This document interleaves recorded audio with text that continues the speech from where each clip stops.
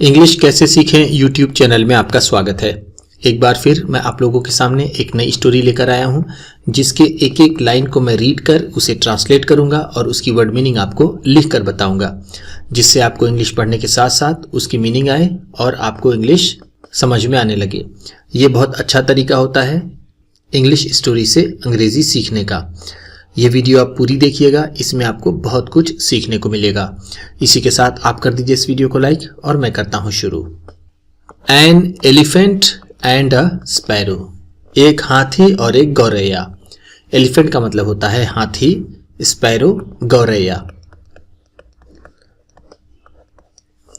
जैसा हम जानते हैं ये एन इसलिए लगा हुआ है क्योंकि ये वॉवेल है।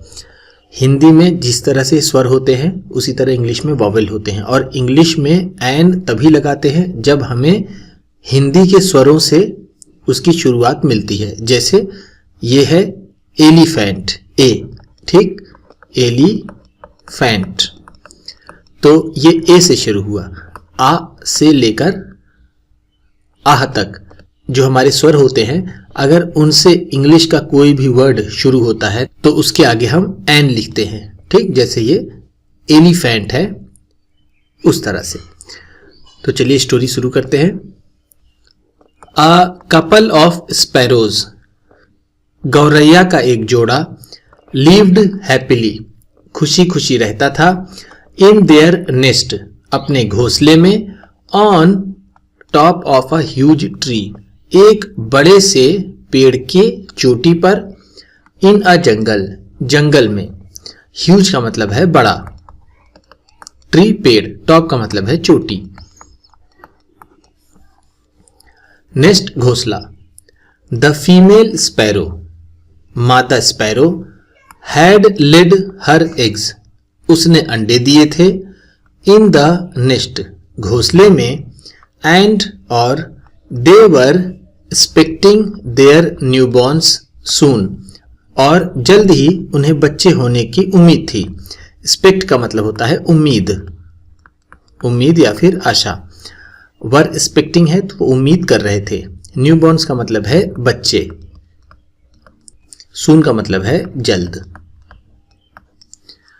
ऑन अ पर्टिकुलर डे, किसी एक विशेष दिन, unable to bear the heat of the summer sun, सूरज की गर्मी बर्दाश्त न कर पाने पर, बियर का मतलब होता है बर्दाश्त करना,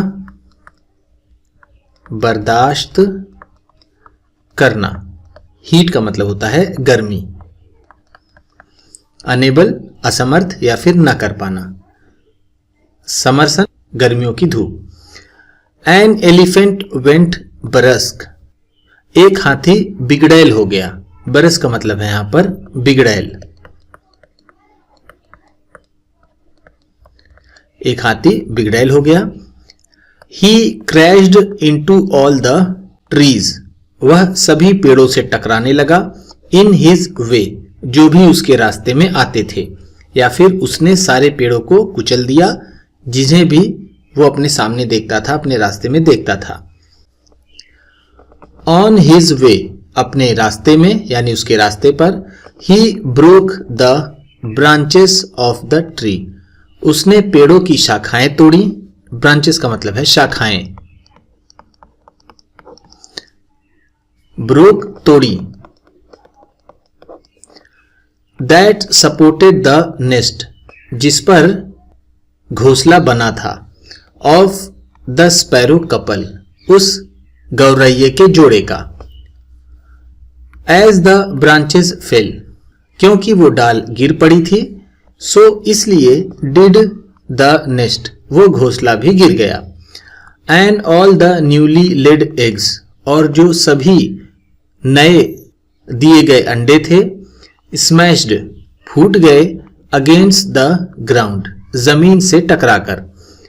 ऑल्दो, यद्यपि, the sparrows manage to escape, गौरैया बचने में सफल रहे, बाई फ्लाइंग अवे, उड़ करके।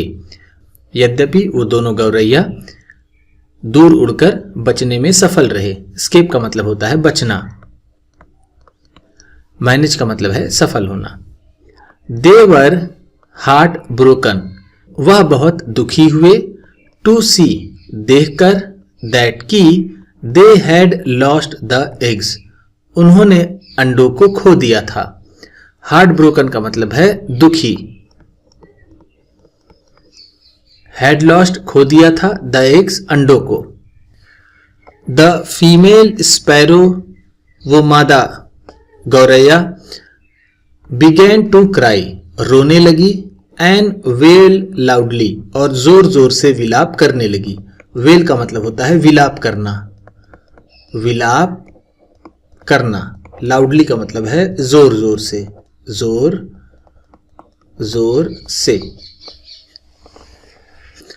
अ वुडपेकर, एक कठफोड़वा, who was at a little distance, जो कुछ ही दूरी पर था, वॉज टच्ड बाई क्राइज, चीखों की आवाज से हिल गया, यानी उसे भी उसका एहसास हुआ। टच का मतलब है यहां पर एहसास हुआ। बाय द क्राइज, चीखों से। ही वेंट टू हर, वह उसके पास गया, एंड सेड, और कहा, डियर गुड स्पैरो, प्यारी गौरैया, there is nothing you can do by crying, तुम रो करके कुछ भी नहीं कर सकती हो। There is nothing you can do, तुम कुछ नहीं कर सकती हो, बाई क्राइंग, रोकर। What is destined to happen, जो भी भाग्य में होने को लिखा होता है, विल हैपन, वो होगा। फॉर श्योर, निश्चित ही। द फीमेल स्पैरो रिप्लाइड, उस मादा गौरैये ने जवाब दिया। रिप्लाइड का मतलब है जवाब दिया। दैट इज इंडीड ट्रू, यह वास्तव में सच है। ट्रू का मतलब होता है सच, इंडीड वास्तव में। बट लेकिन, all my children were killed, मेरे सभी बच्चे मर गए, बाय दिस विकेड एलिफेंट, इस दुष्ट हाथी के कारण, या फिर इस हाथी के द्वारा। विकेड का मतलब है दुष्ट, इस दुष्ट हाथी के कारण मेरे सभी बच्चे मारे गए। दिस इज ऑल्सो ट्रू, यह भी सच है। We had done no harm to him, हमने उसे कोई भी नुकसान नहीं पहुंचाया है। वी हैड डन, हमने किया है, नो हार्म, कोई भी नुकसान नहीं, टू हिम, उसका। हार्म का मतलब है नुकसान। If you consider your self, अगर आप खुद ही सोचें, टू बी अ फ्रेंड, एक दोस्त होने के नाते। कंटिन्यूड द फीमेल स्पैरो, वह मादा गौरैया बोलती गई। प्लीज सजेस्ट अ वे, कोई तरीका बताओ, टू डिस्ट्रॉय दिस एलिफेंट, इस हाथी को बर्बाद करने का, and avenge the death of my children, और अपने बच्चों की मौत का बदला लेने का। अवेंज का मतलब है बदला लेना, बदला लेना। डेथ का मतलब है मौत, ऑफ माई चिल्ड्रेन, अपने बच्चों का। डिस्ट्रॉय का मतलब होता है बर्बाद करना, बर्बाद करना। सो आई विल, हाँ ऐसा तो मैं करूंगा। रिप्लाइड द वुडपेकर, उस कठफोड़वे ने जवाब दिया। I have a fly as a friend, एक मक्खी मेरी दोस्त है। लेट अस गो, चलो चलें। And ask for her help, उसकी मदद मांगे। To destroy this cruel elephant, इस निर्दयी हाथी को तबाह करने के लिए। दस, इस तरह, the woodpecker and the female sparrow, वह कठफोड़वा और वो मादा गौरैया, went to meet the fly, उस मक्खी से मिलने गए। मीट का मतलब होता है मिलना, वेंट टू मीट है तो मिलने गए। द वुडपेकर एक्सप्लेन्ड, उस कठफोड़वे ने और बताया, यानी उसने और स्पष्ट किया। माई फ्रेंड, मेरे दोस्त, प्लीज मीट दिस स्पैरो, कृपया मेरे दोस्त गौरैये से मिलो। She is a dear friend of mine, ये मेरी बहुत अच्छी दोस्त है। हर एग्स वर डिस्ट्रॉयड, इसके अंडे बर्बाद हो गए। बाय अ विकेड एलिफेंट, एक दुष्ट हाथी द्वारा। प्लीज हेल्प अस, कृपया हमारी मदद कीजिए। फाइंड अ वे, कोई रास्ता तलाशो। To destroy this cruel elephant, इस निर्दयी हाथी को तबाह करने का। I will certainly help you, मैं निश्चित ही तुम लोगों की मदद करूंगा। The fly said after hearing the events, घटनाओं को सुनकर मक्खी ने कहा। सेड का मतलब है कहा, आफ्टर का मतलब है बाद, हियरिंग सुन करके, इवेंट्स घटनाएं। How can I be your friend, मैं तुम्हारा कैसे दोस्त हूंगा। And yet not help you when you need me, अगर मैं तुम्हारी मदद ना करूं जब तुम्हें इसकी जरूरत हो। I have a frog as a good friend, एक मेढक मेरा दोस्त है। Let us seek his help, चलो उसकी मदद लेते हैं। To destroy this wicked elephant, इस दुष्ट हाथी को बर्बाद करने के लिए। दस, इस तरह। द फीमेल स्पैरो, वो मादा गौरैया। वुड पिकर, कठफोड़वा। एंड द फ्लाई, और वो मक्खी। वेंट टू द फ्रॉग, मेढक के पास गई। एंड एक्सप्लेन्ड टू हिम, और उसे बताया। ऑल द इवेंट्स, सभी घटनाओं को। फॉर विच, जिसके लिए। दे हैड कम, आए हुए थे। टू हिम, उसके पास। फॉर हेल्प, मदद के लिए। जिस मदद के लिए वो लोग उसके पास आए थे, वो सारी घटनाएं उन तीनों ने उस मेढक को बताया। द ओल्ड फ्रॉग सेड, उस बूढ़े मेढक ने कहा। आफ्टर हियरिंग एवरीथिंग, सब कुछ सुन लेने के बाद। एवरीथिंग का मतलब है सब कुछ, सब कुछ। द एलिफेंट इज बिग, हाथी बड़ा होता है। बट ही इज अलोन, लेकिन वह अकेला है। हाथी बड़ा है लेकिन वो अकेला है। What can this elephant do, ये हाथी क्या कर सकता है। इफ वी वर्क टुगेदर, अगर हम साथ में काम करें। टू डिस्ट्रॉय हिम, उसे बर्बाद करने के लिए। आई हैव अ प्लान, मेरी एक योजना है। ही एक्सप्लेन्ड, उसने स्पष्ट किया। फ्लाई, मक्खी। When the sun is scorching, जब सूरज तेज जल रहा हो। Your task would be to buzz in his years, तुम्हारा काम होगा कि तुम उसके कानों में भिन भिनाओ। बज का मतलब होता है भिन भिनाना, टास्क का मतलब है काम। योर टास्क, तुम्हारा काम। वुड बी, होगा। टू बज, भिन भिनाना। इन हिज ईयर, उसके कानों में। When he closes his eyes, जब वह अपनी आंखें बंद करेगा। इन शेयर एक्सटेसी, बहुत ज्यादा आनंद में। ऐसे तो एक्सटेसी का मतलब होता है आनंद, शेयर का मतलब है बहुत ज्यादा। The woodpecker's task would be to peck his eyes, कठफोड़वे का काम होगा कि वो उसकी आंखों में पेक करे यानी चोच मारे। एंड और मेक हिम ब्लाइंड, उसे अंधा कर दे। इन दिस स्कॉर्चिंग समर, इस तपती गर्मी में।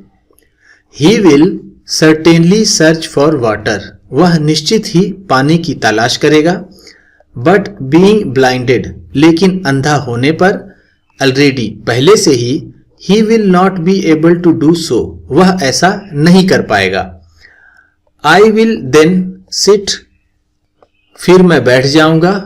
On the edge of a nearby pit, एक पास के गड्ढे के किनारे पर। एंड क्रोक, और मैं अपनी आवाज निकालूंगा।